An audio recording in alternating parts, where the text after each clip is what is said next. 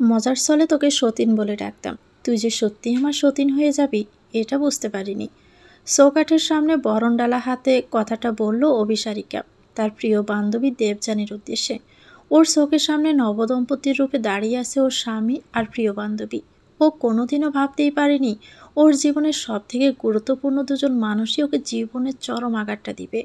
বৌমা, ওদেরকে চৌকাঠ থেকে চলে যেতে বলো, এ অনাচার আমি হতে দিব না।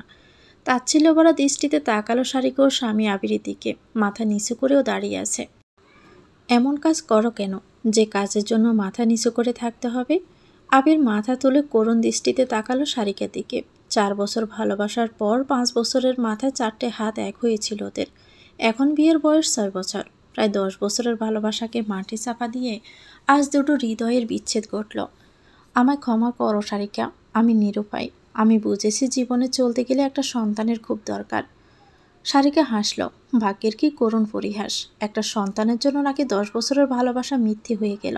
সারিকার চোখে এক ফোঁটাও জল এলো না। সেখানে বিচ্ছেদের চূড়ান্ত অপাত্রে চোখের জল পেলে কোনো লাভ নেই। ভালো করেছ। ভগবানের কাছে প্রার্থনা করি তোমাদের দুজনের সংসারে একটা পুটপুটে সন্তান আসুক। দেবযানী সারিকার কাছে এসে ওর হাত ধরতে চাইল, কিন্তু ও বাধা দিল। আমাকে ভুল বুঝিস না সারিকা, আমি তো সংসার ভাঙতে চাইনি। আমি তোদেরকে একটা সন্তান দিয়ে এই বাড়ি থেকে চলে যাব। এমন কথা বলতে নেই দেবযানী, এখনও সংসারে প্রবেশই করলি না, তার আগেই চলে যাওয়ার কথা বলছিস। আজ আমি নিজে তোদের দুজনকে বরণ করে গড়ে তুলব। বাদ সাধল সারিকের শাশুড়ি মা। ওর সামনে এসে দাঁড়ালেন উনি। এভাবে নিজের জায়গা ছেড়ে দিও না বৌমা, নিজের সংসার নিজের হাতে শেষ করে দিও না। সারিকে মৃদু হাসি শাশুড়ি মার কথায়। সংসার তো অনেক আগেই ভেঙে গেছে মা, আপনার ছেলে জীবনে আমার প্রয়োজন পুড়িয়েছে, আমাকে বাধা দিবেন না। রাগে গজগজ করতে করতে সারিকের শাশুড়ি মা মিসেস গায়ত্রী দেবী নিজের ঘরে চলে গেল। বসার ঘরে এখন শুধু দাঁড়িয়ে ওরা 3 জন আর আবিরের বোন অন্তরা। অন্তরা রান্নাঘর থেকে একটা থালায় দুধ আর একটা আলতার কোটা আনতো। অন্তরা অবাক নয়নে তাকালো সারিকার দিকে। এরকম করো না বৌদি, প্লিজ এরকম করো না। সারিকা হালকা শব্দ করে হাসল। তোমার নতুন বৌদি অনেকক্ষণ থেকে বাহিরে দাঁড়িয়ে আছে, ওদেরকে বরণ করে গড়ে তুলতে হবে, তো তুমি একটু তাড়াতাড়ি ওগুলো আনো। অন্তরা একটা দীর্ঘ নিঃশ্বাস ফেলে ওখান থেকে চলে গেল। 2 মিনিটের মধ্যে একটা পাত্র নিয়ে ফিরে এলো। সারিকা বরণ ডালা হাতে শঙ্খটা তুলে অন্তরার হাতে দিল। তারপর বরণ করলো নিজের স্বামী আর বন্ধুরূপী সতীনকে। আয়, এই দুধে আলতার পা দিয়ে তো সংসারে প্রবেশ কর। সারিকে বিশ্বাস কর, তুই বেশিক্ষণ দাঁড়িয়ে থাকতে পারিস না, পায়ে ব্যথা হয় তোর। তাড়াতাড়ি নিয়মগুলো শেষ করে ঘরে গিয়ে বিশ্রাম নে। দেবযানী মাথা নিচু করে আলতার পাত্রে পা দিয়ে বাড়ির ভিতরে ঢুকলো। পিছন পিছন ঢুকলো আবিরও। তোমার সাথে আমার কথা আছে সারিকা। নতুন বউ বাড়িতে এসেছে, আমার অনেক দায়িত্ব এখন। তোমার কথা পরে শুনবো। আমি দেবযানীকে ওর ঘরটা দেখিয়ে দেই। ও সরি, ও তো আগেও এই বাড়িতে এসেছে, কিছুই অজানা নয় ওর। আয় দেবযানী। সারিকা দেবযানীকে নিয়ে ঘরে গেল। আর ওর আবিরের ঘরে কত রাগ, অভিমান, ঝগড়া, খুনসুটি, ভালোবাসার স্মৃতি জড়িয়ে আছে এই ঘরে। বরটা যখন ছাড়তে পেরেছে তখন ঘরটা আর কি। আজ থেকে এটা তোর আর আবিরের ঘর, নিজের মতো করে সাজিয়ে নিস। কিন্তু সারিকা, এটা তো তোর ঘর। সারিকা তাচ্ছিল্য ভরা দৃষ্টিতে তাকালো দেবযানীর দিকে। বরটা যখন তোকে দিতে পেরেছি, ঘরটার এমন কি? দেবযানী সারিকার হাতটা মুঠো ধরে বলল, আমাকে ক্ষমা করে দিস সারিকা, আমি আবিরকে তোর কাছ থেকে কেড়ে নিতে চাইনি, কিন্তু কবে কিভাবে যে আমি আবিরের প্রতি দুর্বল হয়ে গেলাম। সারিকা দেবযানীর হাতের উপর হাত রাখল। তোদের দুজনের প্রতি কোনো অভিযোগ আমার নেই, তোরা দুজনে প্রাপ্তবয়স্ক। সঠিক সময়ে সঠিক সিদ্ধান্তটা নেওয়ার জন্য ধন্যবাদ। দেবযানী খানিকটা অবাক হয়ে গেল। তুই এতটা নির্বাক হয়ে আছিস কি করে সারিকা? সারিকার দেবযানীর প্রশ্নটা এড়িয়ে গেল। আলমারি থেকে ওর একটা নতুন শাড়ি বের করে দেবযানীর হাতে দিল। কাপড়টা পাল্টে আয়, এটা একদম নতুন শাড়ি, আবির আমাকে দিয়েছিল এবারের বিবাহ বার্ষিকীতে। তুই তোর বিবাহ বার্ষিকীর উপহারটা আমাকে দিয়ে দিচ্ছিস? এই উপহারটা যার কাছ থেকে পেয়েছিলাম তাকেও তো দিয়ে দিয়েছি। এইসব কথা বাদ দে, শাড়িটা পাল্টে আয়, আমি ততক্ষণে আমার প্রয়োজনীয় জিনিসপত্রগুলো গুছিয়ে নেই। দেবযানী শাড়িটা নিয়ে ওয়াশরুমে চলে গেল। সারিকা ওর কিছু জিনিস, প্রয়োজনীয় ডকুমেন্টস সব একটা ব্যাগে ভরে নিল। বালিশের তলা থেকে একটা কাগজ বের করে তাতে চোখ বুলালো। এতক্ষণ ধরে চেপে রাখা কান্নাটা বুকের ভিতরে দলা পাকিয়ে উঠল। নিজের পেটের উপর হাত রাখল। তোর মা পৃথিবীর সব সুখ তোকে এনে দিবে, মা তোকে একাই বড় করবে দেখে নিস। চোখের জলটা মুছে কাগজটা ব্যাগে পরে নিল সারিকা। 6 বছর ধরে একটু একটু করে গড়ে তোলা ওর ঘরটার দিকে আর একবারও পিছে ফিরে তাকালো না। ব্যাগটা নিয়ে ত্যাগ করলো নিজের ঘরটা। ব্যাগটা নিয়ে ননদ অন্তরার ঘরে এলো সারিকা। অন্তরা তখন ফোনে কথা বলছিল। বৌদিকে দেখে ফোনটা কান থেকে নামিয়ে বৌদির কাছে গেল। বৌদি, তুমি ব্যাগ নিয়ে এই ঘরে? সারিকা মুখে হাসি ফুটিয়ে এনে ব্যাগটা রাখলো চেয়ারের উপর। তারপর বিছানায় বসলো আরাম করে। তোমার নতুন বৌদি তো আজ থেকে ওই ঘরে থাকবে, তাই আমি ভাবছি কটা দিন তোমার ঘরে থাকবো। তোমার কি কোনো অসুবিধা হবে? অন্তরা সারিকার পাশে বসে ওকে জড়িয়ে ধরে কেঁদে উঠল। ননদকে এভাবে কাঁদতে দেখে সারিকার খুব খারাপ লাগলো। মিষ্টি হেসে সে অন্তরার কাঁধে হাত রেখল। কাঁদছ কেন অন্তু? কেঁদো না। একটা কথা মনে রেখো, ভগবান যা করেন ভালোর জন্যই করেন। অন্তরা সলসল চোখে তাকালো সারিকের দিকে। বলতে পারো বৌদি, ভগবান সব ভালো কেন তোমার সাথেই করেন? সারিকে মৃদু হেসে বলল, জানো অন্তু, কোনো শূন্যস্থান চিরকাল শূন্য থাকে না, পূরণ ঠিক হয়ে যায়। হয়তো কয়েক মাস পর আমার জীবনের এই শূন্যস্থানটা পূরণ করে দিবেন ভগবান। অন্তরা বিস্মিত দৃষ্টিতে তাকালো সারিকের দিকে। কয়েক মাস? এটা কেন বললে তুমি বৌদি? সারিকে বিষয়টা এখন কাউকে জানাতে চায় না, তাই কথাটা এড়িয়ে যেতে চাইলেও। দুপুরে রান্নাটা বসাতে হবে অন্তু, আমি এখন রান্না করে যাই। অন্তরাকে যথাসাধ্য এড়িয়ে চলে গেল সারিকা। অন্তরা থ হয়ে বসে রইল। নতুন শাড়ি পরে দেবযানী বসে আছে বিছানায়। পাশে বসে আছে ওর প্রিয় বন্ধুর প্রাক্তন স্বামী তথা নিজের বর্তমান স্বামী আবির। কেন তুমি আমার জীবনে এলে আবির? তোমার জন্য আজ আমার আর শারিকের বন্ধুত্ব ভেঙে যেতে বসেছে। আবির অবাক নয়নে তাকালো দেবযানীর দিকে। সেদিন রাতে তোমার আর আমার মধ্যে যা হয়েছিল সেটা দুজনের ইচ্ছেতেই হয়েছিল দেব। আমি তোমার ইচ্ছের বিরুদ্ধে কিছু করিনি। দেবযানী একটা দীর্ঘশ্বাস ফেলে মেঝের দিকে একদৃষ্টিতে তাকিয়ে রইল। আবির দেবযানীর উদ্দেশ্যে বলল, 4 বছর ধরে চেষ্টা করছি একটা সন্তান নেওয়ার, কিন্তু তা সম্ভব হয়নি। ডক্টর তো বলেই দিয়েছেন সমস্যাটা সারিকার। এতগুলো বছরেও কোনো সুরাহা হয়নি এর, কিন্তু আমারও তো ইচ্ছে হয় বাবা ডাক শোনার।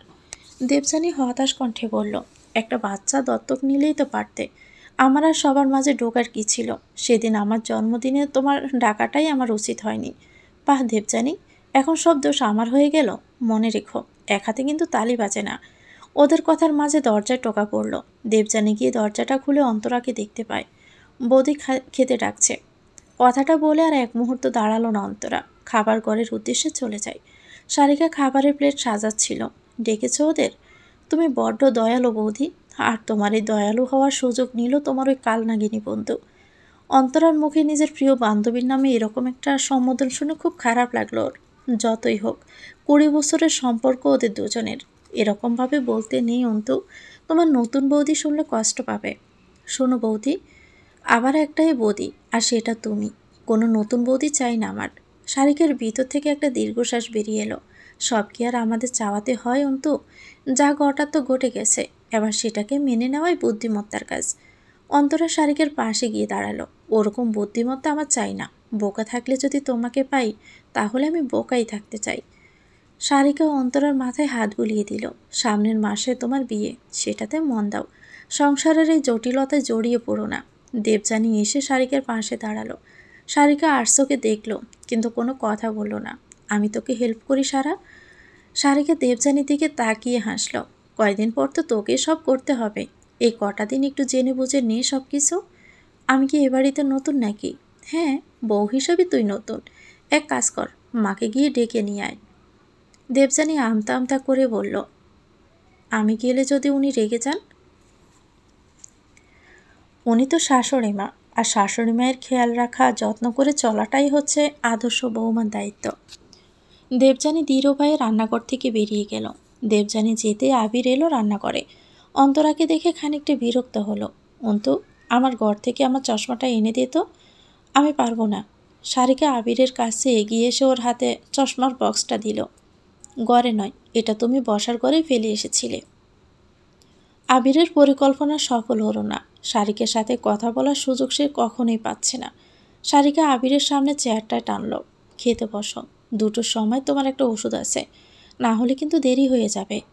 আবির নির্বাক হয়ে চেয়ে রইল সারিকার দিকে, যে নিজের জীবনসঙ্গীকে অন্য কারোর হতে দেখেও নির্লিপ্ত হয়ে হাসি মুখে সবার খেয়াল রেখে চলছে, যেটাও প্রায় 6 বছর ধরেই করে আসছে।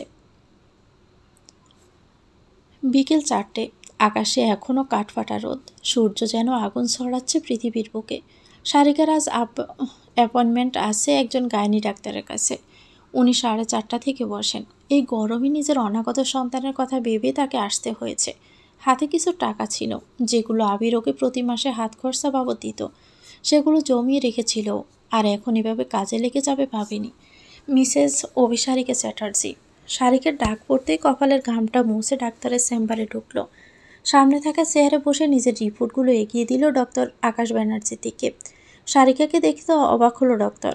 আপনাকে দেখে খুব টায়ার্ড মনে হচ্ছে, নিন জলটা খান। না না ডাক্তারবাবু, তার কোনো দরকার নেই। ডাক্তার ধমকের স্বরে সারিকাকে বলল, আপনি ডাক্তার নাকি আমি ডাক্তার? যেটা বলছি করুন। বেবিটার কথা ভেবে জলটা খান। সারিকা ভয়ে ভয়ে ডক্টরের কাছ থেকে জলের গ্লাসটা নিয়ে পুরো জলটা খেয়ে নিল। ডক্টর রিপোর্টটা ভালো করে দেখল। 4 মান্থ চলছে, কিন্তু আপনাকে দেখে তো বোঝাই যায় না। নিজের প্রতি অনিয়ম করলে কিন্তু বেবির গ্রোথ হবে না।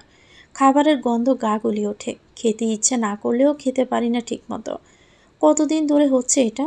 2 সপ্তাহ মতো। আপনার সাথে কে এসেছেন? তাকে ডাকুন। শারিকের বুকটা যেন কেঁপে উঠল। এই সময় যাকে পাশে চেয়েছিল, সে তো এখন আর তার নতুন বউকে নিয়ে ব্যস্ত। আমার সাথে কেউ আসেনি ডাক্তারবাবু। ডক্টর ভীষণ অবাক হলেন। আপনার হাজব্যান্ড আপনাকে এই অবস্থায় একা ছেড়ে দিলেন? শারিকের নিজের মনের ভিতরে চলা দহনটা চেপে রেখে মিথ্যে জবাব দিল ডাক্তারের উদ্দেশ্যে। আসলে আমার হাজব্যান্ড এখানে থাকে না, কাজের সূত্রে বাহিরে থাকে, তাই আমাকে একাই আসতে হয়েছে। ডক্টর ভালো করে পর্যবেক্ষণ করলো সারিকাকে, তারপর আর কোনো প্রতিউত্তর না করে চোখের ইশারায় বেডে শুয়ে পড়তে বলল। মিনিট 10-এর মধ্যে চেক আপ করে ডক্টরের কেবিন থেকে বাহিরে বের হলো সারিকা। প্রেসক্রিপশন হাতে চেম্বারের বাহিরে থাকা ফার্মেসিতে গিয়ে লাইন দিল। ওর পালা আসতে প্রেসক্রিপশনটা এগিয়ে দিল দোকানদারের দিকে। প্রেসক্রিপশন মিলিয়ে মোট 6টা ওষুধ দিয়ে হাতে বিল ধরিয়ে দিল সারিকার। মোট হয়েছে 2420 টাকা। ব্যাগ থেকে টাকা বের করে 5টা 500 টাকার নোট ধরিয়ে দিয়ে বাকি টাকাটা ফেরত নিয়ে একটা অটো চেপে বসল। বিধ্বস্ত অবস্থায় বাড়িতে ঢুকে ড্রয়িং রুমের সোফায় শরীর এলিয়ে দিল সারিকা। কোথায় গিয়েছিলে বৌমা এ গরমে রোদে? মাথার তোলে শাশুড়ির দিকে তাকালো সারিকা। আগে থেকে ভেবে রাখা উত্তরটাই ও দিল গায়ত্রী দেবীকে। আমার বোনজি কলকাতায় ফিরেছে কাল, ওর সাথে দেখা করতে গিয়েছিলাম। গায়ত্রী দেবী মগ থেকে একটা গ্লাসে জল ঢেলে এগিয়ে দিলেন সারিকার দিকে। তারপর নিজেও বসলেন ওর পাশে। তোমার ওই বড়দিদির মেয়ে, যার কয়েক মাস আগে বিয়ে হলো? সারিকা গ্লাসের জলটা এক নিঃশ্বাসে শেষ করে গ্লাসটা পাশে রাখলো।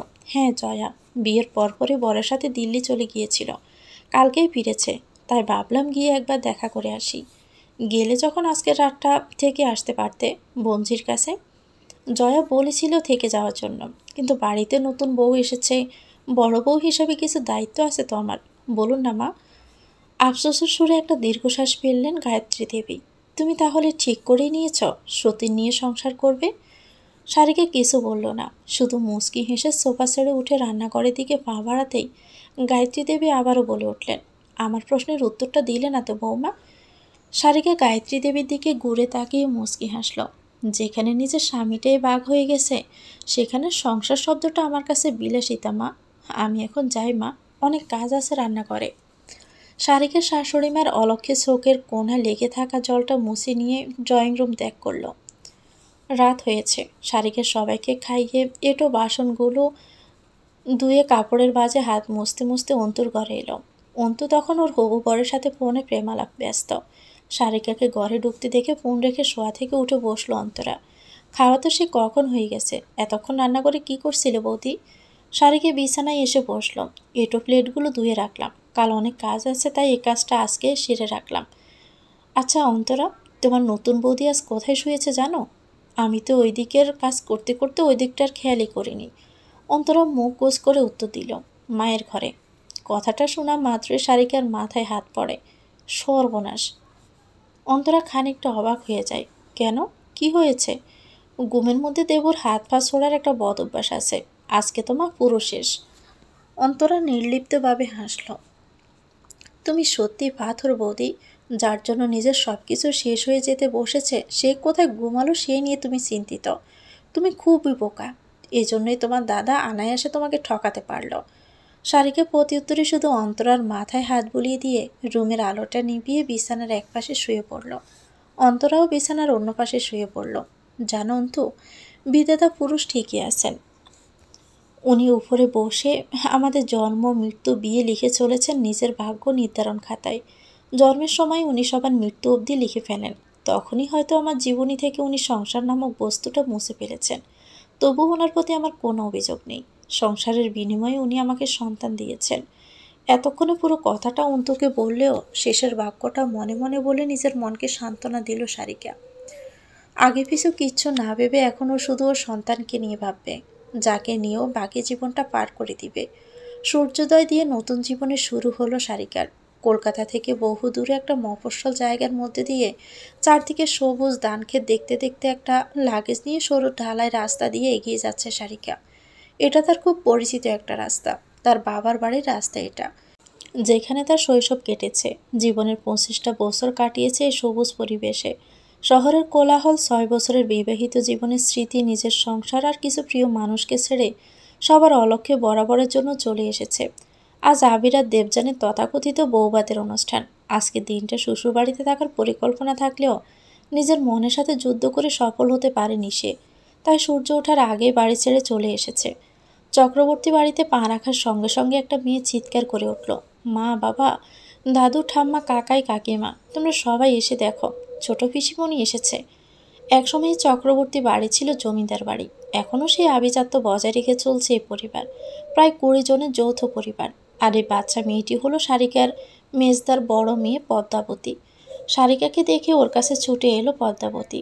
পিসিমণি, তুমি এসেছো পিসিমণি? কতদিন তোমাকে দেখিনি। সেই যে বছরখানেক আগে দুর্গাপূজায় এসেছিলে, তারপর তো আর এলেই না। সারিকা অতি যত্নে হাত রাখলো পদ্মাবতীর গালে। কেমন আছো পদ্মা? পড়াশোনা কেমন চলছে? খুব ভালো, সামনের বছর তো আমি ক্লাস 10-এ উঠব। পদ্মর ডাকাডাকিতে এতক্ষণে বাড়ির সবাই উঠোনে এসে উপস্থিত। সারিকাকে দেখে খুশি হয়েছে বাড়ির সিংহ মানুষই। সারিকার বাবারা 3 ভাই, ওর বাবা ছোট। বড় জেঠু মারা গেছেন 5 বছর আগে। বড় জেঠুর 3 মেয়ে, তারা এখন বিয়ে করে সংসারী। বড় জেঠিমার বয়স হয়েছে। অন্যদিকে মেজ জেঠুর পরিবারে তার স্ত্রী, 2 ছেলে, 2 বৌমা, 3 নাতি আর 1 নাতনি আছে। সারিকারা 2 ভাই 1 বোন। ও দাদারও 1 মেয়ে আর 1 ছেলে। তবে ওর ছোট ভাইয়ের এখনো বিয়ে হয়নি। আইন নিয়ে পড়াশোনা করে সে এখন ওকালতি করছে। শারিকের মেজ বৌদি বিশাখা, যে ওর নিজের দাদার বউ, সে এগিয়ে এলো শারিকের কাছে। বাহিরে দাঁড়িয়ে আছো এতক্ষণ, ভিতরে এসো। আমাদের কথা তাহলে এতদিনে মনে পড়লো ননদিনীর? শারিকা ব্যাগটা টানতে টানতে উঠোনের মধ্যে এসে একে একে সব গুরুজনদের প্রণাম করে। শারিকার মা অঞ্জনা দেবী এতদিন পর মেয়েকে পেয়ে খুবই খুশি, কিন্তু ওনার মনে অন্য কিছু চলছে। আর থাকতে না পেরে বলেই বসলো, সারা জামাই আসেনি? শারিকা একটা দীর্ঘশ্বাস ফেলে ওর মায়ের সামনে এসে দাঁড়ালো। মুখে একটা নকল হাসি টেনে কথা ঘুরাতে ব্যস্ত। ও বুঝেছি, এখন মেয়ে পর হয়ে গেছে, জামাই আপন হয়েছে। শুধু জামাই জামাই করো কেন বলো তো? এতদিন পর মেয়েকে দেখলে, মেয়েকে একটু আদর করো আগে। শারিকের কথায় বাড়ির সবাই হেসে ফেলল। শারিকের মেজ জেঠুর বৌমা অর্থাৎ ওর বড় বৌদি সোনালী অঞ্জনা দেবীর উদ্দেশ্যে বলল, দেখছেন কাকিমা, মেয়েটা কেমন হিংসুকে হয়েছে। বাবা মা ভালোবাসা ওর বরের সঙ্গে ভাগ করতে চাইছে না। শারিকা একটু ঝুঁকে ওর মায়ের বুকে মাথা রেখে 2 হাত দিয়ে জড়িয়ে ধরল, যেন বহু বছর পর ওর নিজের আশ্রয় খুঁজে পেল। তা নয়তো কি, এজন্যই তো তোমাদের জামাইকে আনেনি, আমার আদর যত্নে ভাগ বসাবে বলে। আমার মা শুধু আমারই। অঞ্জনা দেবী মেয়ের মাথায় হাত বুলিয়ে মুচকি হাসলেন। পাগলি মেয়ে একটা, এত দূরে একা একা এসেছিস, অনেক দখল গেছে, আবার একটু কিছু মুখে দিয়ে বিশ্রাম নিবি চল। সবাই যে যার মতো নিজেদের রুমে চলে গেল। শারিকা অঞ্জনা দেবীর সাথে এলো একটা ঘরে। এটা একসময় ওর ঘর ছিল, এখন এখানে পদ্ম থাকে। শারিকার রুমটা ঘুরে ঘুরে দেখল। এই ঘরটা তো আগের মতোই আছে। পদ্মর বইগুলো ছাড়া কিছুরই পরিবর্তন ঘটেনি দেখছি। পদ্ম ওর মা বিশাখার সাথে সাথে ঘরে ঢুকলো। বিশাখা ওর হাতে থাকা খাবারের জায়গাটা টেবিলে রেখে শারিকার কাছে এলো। বাপ্পা, পদ্মর আবার তোমার সাজানো খুব পছন্দ, তাই তো এই ঘরের একটা জিনিসও এলোমেলো করেনি। শারিকা হেসে পদ্মর দিকে তাকালো। পদ্ম শারিকার কাছে এগিয়ে এসে ডান পাশ থেকে ওকে জড়িয়ে ধরল। আমি আবার সেই ছোটবেলার মতো তোমার সাথে এই ঘরে থাকবো, আমার খুব মজা হচ্ছে। চ্যাটার্জি বাড়ির পর থেকে এখন শারিকার গৃহত্যাগের বিষয়ে অবগত হয়ে গেছে। নিজের মাতৃসম বয়স্ক শাশুড়ি আর ননদের কথা ভেবেই একটা চিঠি লিখে বাড়ি থেকে বেরিয়ে এসেছিল। বাড়ির সবাই এখন এ প্রান্ত ও প্রান্ত শারিকাকে খুঁজতে ব্যস্ত। তখনই অন্তর টেবিলে চিঠিটা খুঁজে পায়। সঙ্গে সঙ্গে সবাইকে দেখেও বসার ঘরে জড়ো করে। আবির আসতে আবিরের মুখোমুখি দাঁড়ায়ও। চিঠিটা জোর করে গুঁজে দেয় আবিরের হাতে। এবার শান্তি হয়েছে তো তোর? 6 বছর আগে যে নিজের পরিবারের প্রত্যেকটা মানুষের বিরুদ্ধে গিয়ে শুধু তোকে ভালোবেসে গড় ছেড়েছিল, আজ তুই তাকে নিঃস্ব করে দিলি। তুই মানুষ নাকি অন্য কিছু? বাচ্চা হচ্ছিল না তো দত্তক নিতে পারতিস। এভাবে বৌদিকে একা করে দিলি। কি নিয়ে বাঁচবে আবার মেয়েটা? আবির করুণ দৃষ্টিতে বোনের দিকে তাকিয়ে চিঠিটা খুলল। বড় বড় অক্ষরে স্পষ্ট লেখা, যাদের বিরুদ্ধে গিয়ে যাদের অমতে তোমার দাদাকে বিয়ে করেছিলাম, আজ তাদের কাছেই ফিরে যাচ্ছি। আমি ভুল করেছিলাম, সে ভুল শুধরে নিতে মাতৃক্রোড়ে ফিরে যাচ্ছি। প্রথম প্রথম মেনে না নিলেও পরবর্তীতে ওরা তোমার দাদাকে নিজের ছেলের সমানই ভালোবেসেছিল। যদি এতটুকু আত্মসম্মান থেকে থাকে তাহলে আমাকে ফেরাতে যেন না আসে। আমার পরিবার আমার কষ্ট সহ্য করতে পারে না, তাই তোমার দাদাকে এখানে আসতে বারণ করে দিও। আবির চিঠিটা হাতে নিয়ে থ হয়ে দাঁড়িয়ে আছে। গায়ত্রী দেবী আবিরের সামনে এসে প্রথমবারের মতো সজোরে চড় মারল আবিরের গালে। অস্পষ্ট আবিরের মুখ থেকে বেরিয়ে এলো, মা? কে মা? আমি তোর মা নই। তোর মতো কুলাঙ্গা ছেলের জন্ম আমি দিয়েছি সেটা ভাবতে আমার গা গিনগিন করছে। মেয়েটাকে তুই কষ্ট ছাড়া কোনোদিনও কিছুই দিতে পারিসনি। পালিয়ে বিয়ে করেছিলি, 5 বছর পর ওরা মেনেছিল তোকে। এই 5 বছর মেয়েটা যে কতটা কষ্ট পেয়েছে সেটা তুই জানিস না। তাহলে কিভাবে আবার এই আঘাতটা ওকে দিলি? ছি ছি, আমার ইচ্ছে করছে তোদের দুটোকে গাঢ় ধাক্কা দিয়ে ঘর থেকে বের করে দেই। আবির চিঠিটা নিয়ে সোফায় বসে পড়ল। কোথা থেকে কি যেন হয়ে গেল, তার কুলকিনারা যেন নিজেও খুঁজে চলছে। দেবযানীর প্রতি হঠাৎ কিভাবে দুর্বল হয়ে পড়ল সেটা বুঝে উঠতে পারে না ও। অন্তরা গায়ত্রী দেবীকে নিয়ে ঘরে চলে গেল। আবির অসহায়ের মতো একা বসে থাকে সোফার উপর। 3বার ঠক ঠক শব্দ হতেই অবিক দরজাটা খুলল। সামনে সারিকাকে দেখে আনন্দ পেল খুব। সর্দি, তুই কখন এলি? আয় আয়, ভিতরে আয়। সারিকা নিজের ছোট ভাই অবিকের সঙ্গে তার ঘরে ঢুকলো। ঘর জুড়ে শুধু আইনের বই। অগোছালো বিছানাটা একটু টেনে সারিকাকে বসতে দিল। ভাইয়ের এমন কাণ্ড কারখানা দেখে হাসি পেল সারিকার। সেই ছোট্ট অবিকে রয়ে গেলি তুই। এতটা অগোছালো হলে কোনো মেয়ে তোকে বিয়ে করবে রে? অবিক বোকার ন্যায় মাথা চুলকালো। উকিল গিন্নি পেয়ে গেছি। তোর অগোছালো ভাইটাকে দেখবি, কয়দিনের মধ্যে সে পাল্টে দিয়েছে। সারিকে গুছিয়ে বসলো বিছানার উপর। মুখটা খানিকটা অবিকের দিকে এগিয়ে নিয়ে বিস্মিত কণ্ঠে বলল, তুই প্রেম করছিস ভাই? তা কার কপাল পড়ল যে তার তোর মতো একটা চিড়িং বিড়িং লাফানো বাদরকে মনে ধরল? অবিক সদ্য রাগ দেখিয়ে ব্রুসিয়ে বলল, চর্দি, তুই কিন্তু আমাকে ইনসাল্ট করছিস। আমি মোটেও তিরিং বিরিং করে লাফাই না। আমি এখন বড় হয়ে গেছি। সারিকা শব্দ করে হাসলো ভাইয়ের কাণ্ড দেখে। পর মুহূর্তে মুখের হাসি মিলিয়ে গেল ওর। আমার একটা কাজ করে দিলে মানব, তুই বড় হয়েছিস। অবিক নড়ে চড়ে বসলো নিজের প্রমাণ করার জন্য। শুধু বলে দেখ সর্দি, হাতের নিমিষে কাজ হয়ে যাবে। আবির চ্যাটার্জি আর অভিসারিকা চ্যাটার্জির ডিভোর্সের সমস্ত রকমের আইনি দিকটা তোকেই দেখতে হবে, যাতে আমি খুব শীঘ্রই ডিভোর্সটা পেয়ে যাই। অভিক উঠে দাঁড়িয়ে বিস্ফোরিত নয়নে তাকালো সারিকার দিকে। পর মুহূর্তে আবার হেসে উঠল। আবার ইয়ার্কি মারছিস তো? তোর দেখছি বিয়ের পরও আমাকে ভয় দেখানোর এই স্বভাবটা গেল না। সারিকা উঠে দাঁড়িয়ে দরজার কাছে গেল। চারপাশটা ভালো করে দেখে দরজায় খিল আটকে অভিকের সামনে এসে দাঁড়ালো। আমি ওই বাড়ি ছেড়ে চলে এসেছি ভাই, সারা জীবনের জন্য। অভিক বিস্মিত নয়নে পলকহীনভাবে তাকিয়ে রইল সারিকার দিকে। ছোটবেলা থেকে 4 বছরের ছোট ভাইটার সঙ্গে বড্ড মধুর সম্পর্ক ওর। তাই তো নিজের এই দুঃসময়ে ভাইয়ের সহায়তা পাওয়ার আশায় ছুটে এসেছে ও। তার ছিল বড় একটা হাসি খেলে যায় ওর মুখে। তো দেবযানী দিদি আর আবির বিয়ে করেছে গতকাল। অভিযোগ আমি তাকে বাবা ডাক শোনাতে অক্ষম। অভিক সারিকার 2 কাঁধ ধরে সামান্য চাকালো। তুই কি বলছিস এসব সর্দি? দেবযানী দি তোর সাথে এত বড় অন্যায় করলো? এভাবে বেইমানি করলো তোর সাথে? সারিকা হাসলো, তারপর নিজের পেটের উপর হাত রাখলো। আমার সাথে না, ও অন্যায় করেছে আমার অনাগত সন্তানের সাথে। জন্মের আগেই ওর পিতৃ পরিচয় কেড়ে নিয়েছে ও। অভিক যেন অবাকের উপর অবাক হচ্ছে। তুই প্রেগনেন্ট? জামাইবাবু জানে কথাটা? সারিকা 2 দিকে মাথা নাড়ায়, যার অর্থ হচ্ছে না। আমি এটা জেনেছি 15 দিন আগে। আবির তখন ব্যবসার কাজে শিলিগুড়ি গিয়েছিল। ভেবেছিলাম ও ফিরলেই খুশির খবরটা সবাইকে বলবো, কিন্তু আবির আমাকে সেই সুযোগটাই দেয়নি। আমার জীবনের এত বড় আনন্দের খবরটা আমি ওর সঙ্গে ভাগ করে নিতে পারিনি। চোখ ভিজে উঠল সারিকার। এ প্রথম নিজের ভাগ্যের কথা ভেবে মুখ চাপা দিয়ে হাউমাউ করে কেঁদে উঠল। দিদিকে এভাবে কাঁদতে দেখে অবিক কী করবে বুঝে উঠতে পারল না। তুই জামাইবাবুকে পুরো বিষয়টা খুলে বল, তাহলেই হয়তো জামাইবাবু সবটা বুঝে ফেলবে। সারিকা কোনো ক্রমে হাত দিয়ে চোখের জল মুছার চেষ্টা করতে করতে কান্না ভেজা কণ্ঠে বলল, একটা দম্পতির বিবাহিত জীবন দাঁড়িয়ে থাকে ভালোবাসা, বোঝাপড়া, সাংসারিক দায়ভার, পারিবারিক বোঝাপড়ার উপর। সেখানে একটা সন্তানকে মেরুদণ্ড বানিয়ে কিভাবে এই সম্পর্কটা টিকাতে বলতে বলতে পারিস? আমি কিছুতেই আমার সন্তানকে হাতিয়ার করতে পারবো না। তার থেকে বরং এই বিবাহ বিচ্ছেদটাই চূড়ান্ত হোক। তুই যা বলছিস ভেবেচিন্তে বলছিস তো? তোর বেবিরও কিন্তু একটা সময় বাবার প্রয়োজন হবে। সারিকা আবার চোখের জলটা পুরোপুরি মুছে ফেলল। সামান্য শব্দ করে ব্যঙ্গ করে হাসল। আমি প্রতিবাদ করতে পারতাম, আমার অধিকার জাহির করতে পারতাম, কিন্তু এতে কি লাভ হতো বলতে পারিস? আমার বেবিটা জন্মের পর কি দেখবে? তার বাবার দুটো বিয়ে, তার মা আর সৎমা একসঙ্গে আছে বাড়িতে। তুই থানায় কেস করলে দেবযানীদি জামাইবাবুকে ছাড়তে বাধ্য। আমি ব্যবস্থা করব। না ভাই, তুই শুধু আমাকে মিউচুয়াল ডিভোর্সের ব্যবস্থাটা করে দে। আমি যত তাড়াতাড়ি সম্ভব এই সম্পর্ক থেকে বেরিয়ে আসতে চাই। প্লিজ ভাই। বাড়ির সবাইকে জানে? না, কাউকে বলিনি এখনও। এই মুহূর্তে এই আঘাতটা ওরা নিতে পারবে না। সময় আসুক, ধীরে ধীরে আমি সবাইকে বলবো বিষয়টা। কিন্তু সত্যি, আবিদ্যা যদি মিউচুয়াল ডিভোর্সে রাজি না হয়, তাহলে কিন্তু এই ডিভোর্সটা করানো চাপের হয়ে যাবে। কারণ আইন অনুযায়ী প্রেগনেন্ট অবস্থায় কখনো ডিভোর্স হয় না। আবিদ্যা এই বেবির উপর অধিকার দেখাতেই পারে। সারিকা অবিকের হাতটা মুঠো ধরে করে অনুরোধের সুরে বলল, আবির বেবির বিষয়ে কিছু জানে না, তুই দেখ না এই বিষয়টা ভাই, প্লিজ। আচ্ছা দেখছি। অবিক সারিকার চোখের কোণে লেগে থাকা জলটা মুছে দিল হাত দিয়ে। তারপর সারিকাকে ধরে বিছানায় বসিয়ে নিজের মেঝেতে হাঁটু মুড়ে বসল।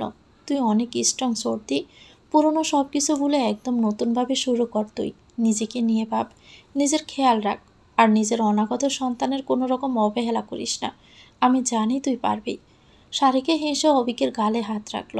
তোদের সবার বিরুদ্ধে গিয়ে আবিরকে বিয়ে করে যে ভুলটা করেছিলাম, এবার আমি সেটা শুধরে নিব ভাই। অতীতের কোনো ছায়া পড়তে দিব না আমার সন্তানের জীবনে। প্রয়োজন হলে অনেক দূরে চলে যাব। তুই খুব সুখী হবি দেখিস। সর্দি, মিলিয়ে নিস আমার কথাটা। পুরো বাড়িতে সন্ধ্যা প্রদীপ দেখাতে দেখাতে সারিকার বড় বৌদি সোনালি এলো সারিকার ঘরে।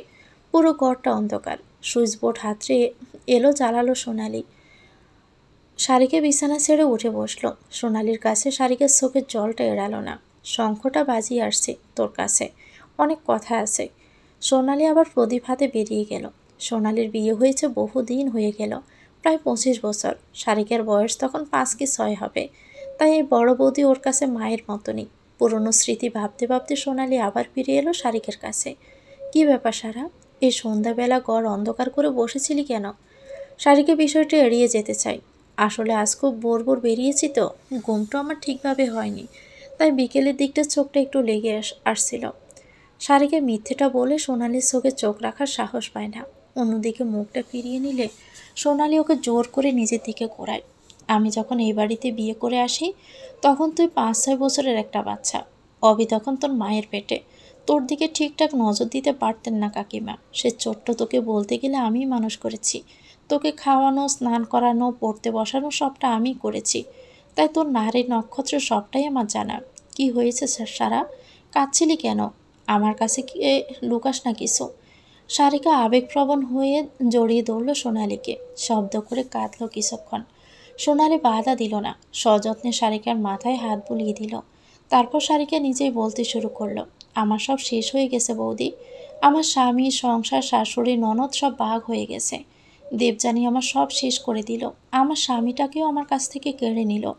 কেন আমার সাথে এমন করলো ওরা? কোনোদিনও ক্ষমা করবো না ওদের, কোনোদিনও না। সোনালি চমকে উঠল সারিকার কথা শুনে। সারিকার মাথাটা উঁচু করে ওর গালে হাত রাখলো সোনালি।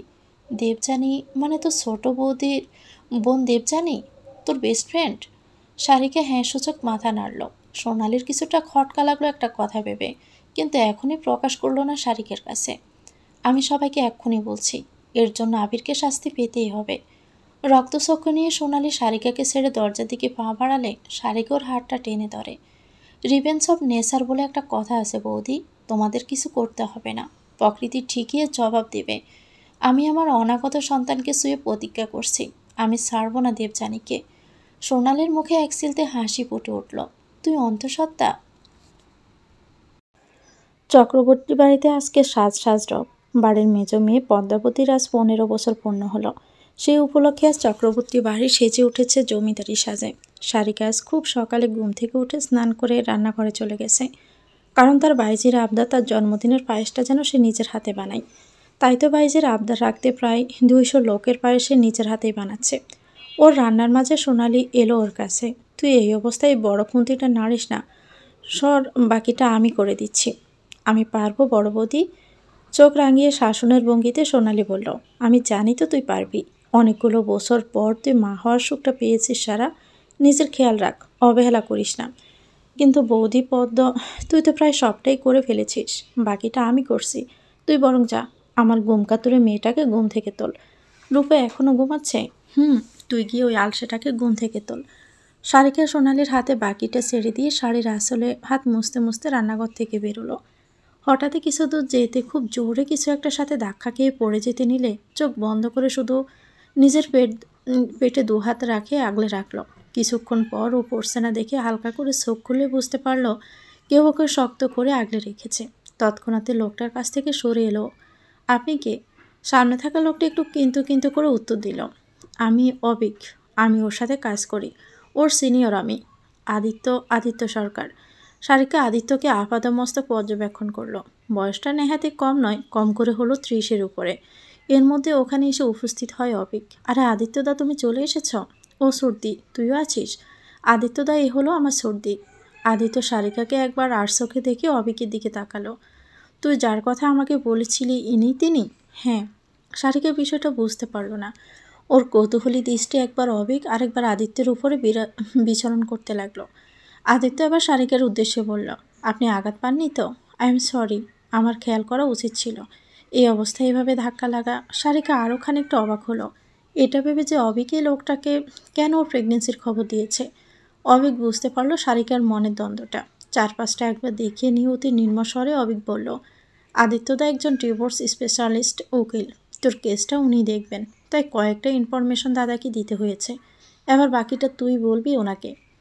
অবিকের ঘরে বসে আছে ওরা 3জন। সারিকা পুরো বিষয়টা খুলে বলেছে আদিত্যকে। আদিত্য সবটা মন দিয়ে শুনেছে এবং নোট করেছে। আপনার প্রেগনেন্সির কত মাস চলছে? 4। আপনি আপনার স্বামীর সাথে কথা বলে আগে মিউচুয়াল ডিভোর্সের বিষয়টা নিয়ে বোঝাপড়া করুন, নতবা আপনাকে অপেক্ষা করতে হবে আপনার বেবিটা ভূমিষ্ঠ হওয়া পর্যন্ত, তারপর তার কাস্টাডি। কথাটা আদিত্যকে শেষ করতে দিল না সারিকা। তার আগে চিৎকার করে উঠল নিজের পেট ধরে, না, আমি আমার সন্তানকে কাউকে দিব না, ও আমার, শুধুই আমার। কিন্তু ম্যাডাম, আইন তো আর কোনো মাতৃমমতা বুঝবে না। এ বেবিটা আপনাদের দুজনের, তাই এই বেবির উপর আপনার যতটা অধিকার ততটা আপনার স্বামীরও। এক্ষেত্রে আমি আপনার প্রেগনেন্সির কথা লুকিয়ে আইনের অবমাননা করতে পারবো না। তাহলে আপনি কি বলছেন, আমাকে আমার শ্বশুরবাড়ি ফিরে যেতে, সতীনের সংসার করতে? না ম্যাডাম, আপনাদের ডিভোর্স না হওয়া অবধি আপনি স্বামী দ্বিতীয় বিবাহ কোর্ট গ্রাহ্য করবে না। সেক্ষেত্রে আপনি আপনার স্বামীর নামে কেস করতে পারেন। সেটা সত্য প্রমাণিত হলে ডিভোর্সটা আপনি পেয়ে যেতে পারেন। অবিক এতক্ষণ চুপ করে থাকলেও এবার একটা দারুণ ভাবনা খেলে গেল ওর মনে। চর্দি, তুই জামাইবাবুকে চাপ দে, বল মিউচুয়াল ডিভোর্স দাও, নতুবা তুই জামাইবাবুর নামে কেস করবি। এই উপায়টা সবারই ঠিকঠাক লাগলো। তাই তো সারিকে ভেবে নেয় ওর পরবর্তী পদক্ষেপ। ঘর ছেড়ে বেরিয়ে যাওয়ার আগে আদিত্য হঠাৎই তাকে একটা প্রশ্ন করে বসে, আপনি আপনার স্বামীকে ডিভোর্স দিতে এতটা উদ্গ্রীব হয়ে আছেন কেন, জানতে পারি? সারিকা আদিত্যর সামনে এসে ওর মুখোমুখি দাঁড়ালো। একটা তীর্যক হাসি খেলে গেল ওর মুখে। যাতে ভবিষ্যতে আমার সন্তানের ওপর কোনো অধিকার খাটাতে না পারে ওই বেঈমান লোকটা, যাকে একসময় ভালোবেসে নিজের গড় আপনজন ছেড়েছিলাম, ও ছায়াও আমি আমার সন্তানের জীবনে পড়তে দিতে চাই না। আর আরেকটা প্রশ্ন করতে পারি? উত্তর জানা থাকলে অবশ্যই দিব। আপনি আগে টের পেয়েছিলেন আপনার স্বামী আর প্রিয় বন্ধুর এই সম্পর্কটা নিয়ে? সারিকা একবার ওর ভাইয়ের দিকে তাকালো। আদিত্যকে বলার মতো ওর কাছে অনেক উত্তরই আছে, কিন্তু সেগুলো নিজের মায়ের পেটের ভাইয়ের সামনে নয়। অবিক হয়তো বুঝতে পারলো সারিকার চোখের চাহনিটা। চর্দি, আমি বাইরে যাচ্ছি, আদিত্যটা যা যা জিজ্ঞেস করছে বল। অবিক যেতে গেলে আদিত্য ওর হাত ধরে আটকায়। হয়তো এটা সঠিক জায়গা নয় এগুলো নিয়ে কথা বলার, কাল একবার ওনাকে নিয়ে আমার বাড়ি আসতে পারবি? অবিক তাকালো সারিকার দিকে। সারিকা এখন মরিয়া হয়ে আছে ডিভোর্সের জন্য, তাই তো তৎক্ষণাৎ চোখের ইশারায় অবিককে বুঝিয়ে দেয় যে ও যাবে। আদিত্যর বাড়িতে বসে আছে সারিকা আর অবিক। আদিত্যরা 3 ভাই বোন, ও সবার থেকে বড়, তারপর ওর ভাই, আর সবার শেষে 2 ভাইয়ের আদরের একমাত্র নয়নের মনে ওদের বোন। আদিত্যর বাবা মারা গেছেন আজ থেকে প্রায় 17-18 বছর আগে। আদিত্যর বয়স তখন প্রায় 20 বছর, ভাইয়ের 12 আর বোনের 5 বছর। তখন থেকে এই দুই ভাই বোনকে ও নিজেই মানুষ করেছে। ভাই সাহিত্যিককে ডাক্তারি পড়াতে বিদেশে পাঠিয়েছে, কয়েক বছর হলো। আর বোন অহনা এখনও পড়াশোনা করছে। বাড়িতে দুজন অতিথিকে আসতে দেখে অহনা তড়িঘড়ি করে চা বানিয়ে দিল সারিকাদের। অহনা অভিককে চিনলেও সারিকাকে অচেনা লাগতে অভিককে চোখের ইশারায় সারিকার কথা জিজ্ঞেস করলো। অভিক মুচকি হেসে জবাব দিল, আমার সর্দি। সারিকা। অহনা চায়ের খালি ট্রেটা টেবিলে রেখে তড়িঘড়ি করে প্রণাম করলো সারিকাকে। সারিকা খানিকটা অবাক হলো, এ বাবা, তুমি আমাকে প্রণাম করছো কেন? অভিক পাশ থেকে সারিকাকে কাঁধ দিয়ে ঠেলা দিয়ে চোখ মেরে বলল, চর্দি, ইনি হলেন সেই উকিল গিন্নি, তো ছোট ভাইয়ের হবু বউ। সারিকা একবার অবাক হয়ে অহনার দিকে তাকালো। মেয়েটা লজ্জায় মাথা নিচে করে ফেলেছে। ভারী মিষ্টি স্বভাবের এই মেয়েটিকে বেশ মনে ধরেছে সারিকার। তোমার মতো এত মিষ্টি একটা মেয়ে বাদরটার প্রেমে পড়লো কিভাবে? খিলখিল করেই হেসে উঠল অহনা, কিন্তু অবেক নাক ফুলিয়ে বসে রইল। কে মিষ্টি? অহনা? একবার রেগে গেলে পুরো মাছ রণচণ্ডী। তখন ওকে সামলাতে সামলাতে আমার জান কয়লা হয়ে যায়। অবিকের কথা শুনে মুখ টিপে হাসতে লাগলো অহনার দিকে তাকালো সারিকা। দেখে বোঝা যাচ্ছে মেয়েটা বেশ ক্ষুব্ধ হয়েছে নিজের প্রতি এমন মন্তব্য শুনে। বড় বড় ডাগর চোখগুলো দিয়ে রাগী দৃষ্টি নিক্ষেপ করছে অবিকের দিকে। অবিকের সেদিকে কোনো পাত্তা নেই। ও অহনাকে রাগাতে বরং বলে ওঠে, দেখ দেখ সর্দি, ম্যাডামের দিকে একবার দেখ, পুরো মা রণচণ্ডী। তুই আবার আমার বোনটাকে খেপাতে শুরু করেছিস তো অবি? এরকম করলে কিন্তু আমার বোনকে কখনোই তোর সাথে বিয়ে দিব না। আদিত্য মাত্রই বাড়ি ফিরেছে, আর এসে অবি আর অহনার এই মিষ্টি খুনসুটি দেখে অবিকে রাগানোর সুযোগটা কিছুতেই হাতছাড়া করতে চাইল না। তবে আদিত্যর কথা শুনে একটু দমে গেছে অবিক। চুপ করে বয়ার্ত চোখে তাকিয়ে আছে অহনার দিকে। অবিককে এমন অবস্থা দেখে হেসে ফেলল আদিত্য। অবিক বুঝলো আদিত্য ইয়ার্কি করছে। অনেকক্ষণ তাদের অপেক্ষা করালাম, তাই না? I am extremely sorry. আসলে আজ একটা মামলা এসে পড়ায় কোর্ট থেকে ফিরতে দেরি হয়ে গেল। আমি চেঞ্জ করে আসছি। আদিত্য বসার ঘর থেকে নিজের ঘরে গিয়ে দরজা আটকাল। মিনিট 15 পর বাড়ির পোশাক পরে বেরিয়ে এলো। এসে অবিক আর অহনার উদ্দেশ্যে বলল, তোরা দুজন ছাদ থেকে ঘুরাই, আমার ওনার সাথে কথা আছে। অবিক আর অহনা চলে গেল। সারিকা সোফা ছেড়ে উঠে দাঁড়ায়। তা দেখে আদিত্য বলে, আপনি বসুন। সারিকা আবারও নিজ স্থানে বসে পড়ল। আদিত্যও বসলো ওর সোজাসুজি। এবার বলুন, কি এমন ঘটেছে যেটা অবির সামনে আপনি বলতে চাইছিলেন না?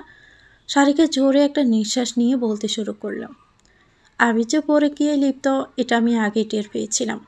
আদিত্য ব্রু কুঁচকে তাকালো। কবে? কিভাবে? মাস 2 আগে ছিল দেবযানীর জন্মদিন। আমার আর আবিরের সেখানে যাওয়ার কথা ছিল, কিন্তু আমার শরীরটা খারাপ হওয়ায় নিমন্ত্রণ রক্ষার তাগিদে আবির একাই চলে যায় সেদিন। অনেকটা রাত করে, না রাত নয়, প্রায় ভোরবেলা বাড়ি ফিরে আবির। পরদিন সকালে ওর অফিস ব্যাগে টিফিন ভর্তি গিয়ে আমি। কথাটা পুরো শেষ করতে পারলো না সারিকা। অচেনা একটা মানুষের সামনে এসব বলতে ঠিক স্বস্তি পাচ্ছে না ও। সারিকাকে চুপ করে থাকতে দেখে আদিত্য বলল, উকিল আর ডক্টরের কাছে কোনোদিনও সত্য গোপন করতে নেই সারিকা দেবী। হেজিটেট করবেন না, সবটা খুলে বলুন, তাহলে পয়েন্টগুলো সাজাতে আমার সুবিধা হবে। সেদিন ওর ব্যাগে আমি জন্ম নিরোধক ওষুধ পাই, কিন্তু সেটা তো আপনারও হতে পারে সারিকা দেবী। সারিকা ব্যঙ্গ সুরেই হাসল। যে দম্পতি 4 বছর ধরে একটা বাচ্চার আশায় প্রহর গুনছে, তারাই এই ওষুধ ব্যবহার করবে বলে আপনার মনে হয়? সারিকার কথায় যুক্তি আছে দেখে আদিত্য বুঝলো বিষয়টা। আপনি জিজ্ঞেস করেননি ওনাকে এই বিষয়ে? করেছিলাম, কিন্তু ও ঠিকঠাকভাবে উত্তর দেয়নি। তবে আশ্চর্যের বিষয় কি জানেন? ওই ঘটনার ঠিক 15 দিন পর দেবযানীর হাজব্যান্ড রুফুনদা নিজের ঘরে গলায় দড়ি দিয়ে আত্মহত্যা করেন। দেবযানী বিবাহিত? হ্যাঁ, বাড়ির পছন্দে মুর্শিদাবাদে বিয়ে করেও। তবে কর্মসূত্রে রুফুম দা ছিল কলকাতার বাসিন্দা। তাহলে আপনি কি বাই এনি চান্স এটাই ভাবছেন যে রুফুম বাবুর মৃত্যুটা আত্মহত্যা নয়?